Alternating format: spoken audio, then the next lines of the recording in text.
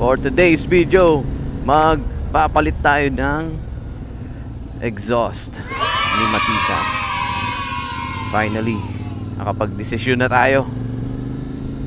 I-all out na natin ang accessory ni Matikas. Hopefully, ito na yung last natin na accessories niya. Pwede na! Ilang beses ko kasing gina-justify na kailangan ko nito. Ganun talaga tayong mga lalaki, no? Pag gusto natin isang bagay, hanap tayo ng rason para matupad yung ating gusto. Kaya ako naman din kasi talagang na postpone ito dahil una, nakikisama tayo sa mga kapitbahay. Pangalawa, ang dami na nating nagastos kay Matikas, no? Pero ayos lang kasi karamihan naman sa nilagay ko dito, which by the way gagawa ako ng video, no?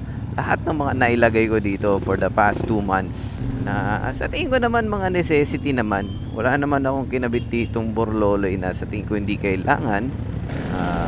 Meron tayong 1 hour and 54 minutes na biyahe.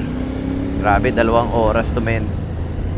Ewan ko ba, dito kasi sa Pampanga walang muffler shop na sing dami ng options sa red exhaust, no? Kaya dadayo pa tayo ng Maynila. So let's go. Hoy! Archie nga ba? Di kita nakilala, sorry. Kumusta?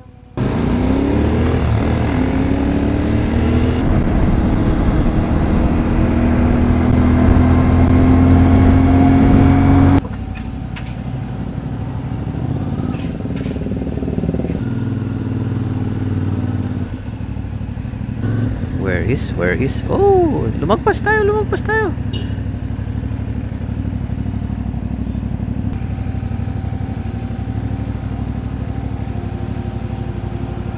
Red exhaust motorcycle.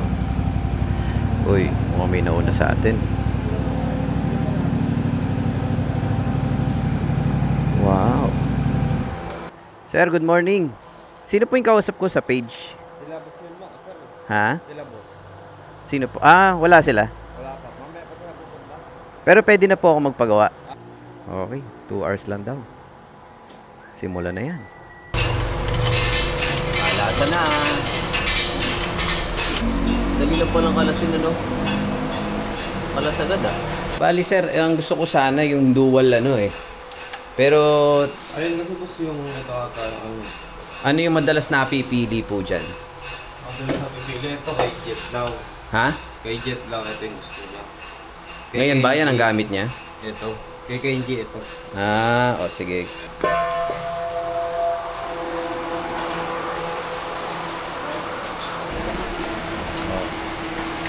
Unang sound check.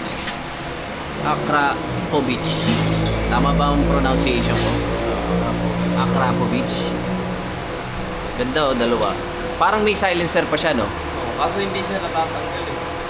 Ganoon. Kaya pala. Pagka tatanggalin siya, kailangan tanggalin nito kaya butasan.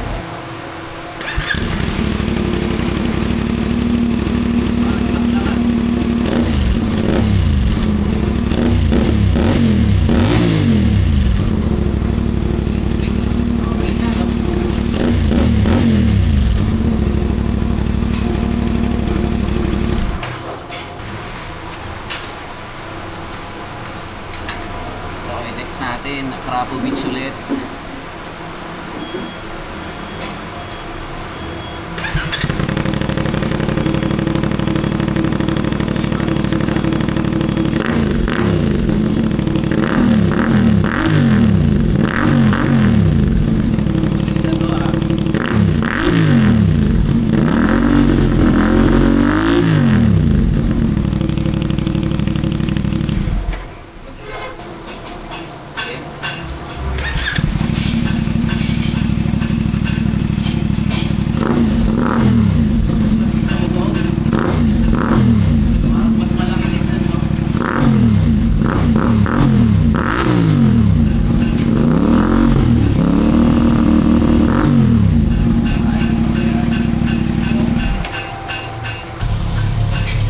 Gusto ko yung SC, ang buong-buo yung tunog.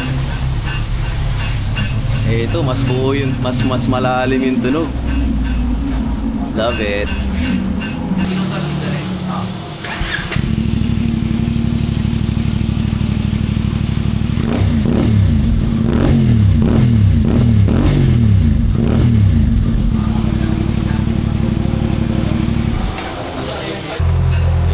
So dahil pa dumarating dito ng mga big bikers.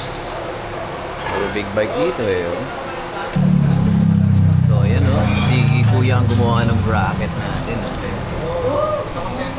At ito bagong gawa rin to. Oo. So yun nga lang no guys, kailangan natin maglagay ng ano dito, additional heat guard. Napanood ko na to eh. Meron na akong marka sa paa, baka mapangalawahan pa. Sound check daw natin.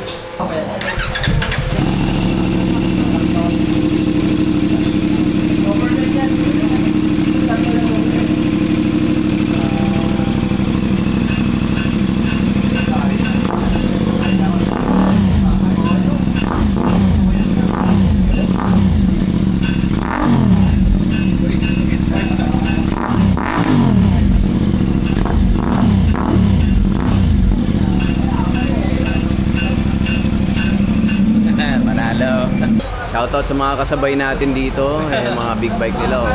CB, ganda rin ito, oh. Kawasaki, klasiko. Shoutout sa inyo mga boss. Hello.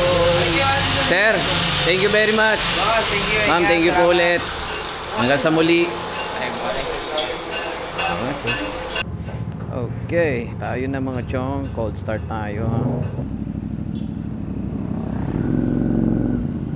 Ay, naririnig ko na. Alright. Ay, ba't ko pinatay? Okay mga paps, natapos din ang ating muffler at naririnig ko na siya ngayon. Sa wakas may boses na ang ating matikas.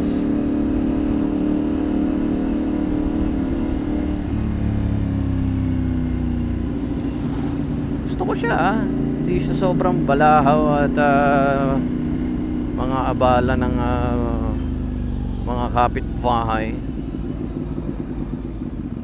Enough lang siya para magkaroon tayo ng road presence, lalo na sa expressway. Hindi kasi naintindihan ng iba na kapag sa expressway, o diba? Mas malakas pa yung muffler niya sa akin. Hindi kasi naiintindihan ng iba na pag nasa expressway ka, napaka laking tulong. Ayan guys, salamat sa pagsama sa akin dito sa Caloocan or North Caloocan. Hindi ko alam kung anong tawag sa lugar na to pero send ko na lang yung link ng map sa comment section para pipindutin nyo na lang to know saan ang exact location ng Red Exhaust. So again, maraming salamat Red Exhaust. Nakakuha pa tayo ng konting discounts. Mabait, madaling kausap at mabilis din gumawa. Kalidad, no? So paano guys, gagawa tayo ng second video about naman sa lahat ng accessory natin na nailagay. At syempre isama ko na rin yung experience natin dito kay Matikas for the past 3 months na rin ata, almost 3 months, no, of owning this adventure bike.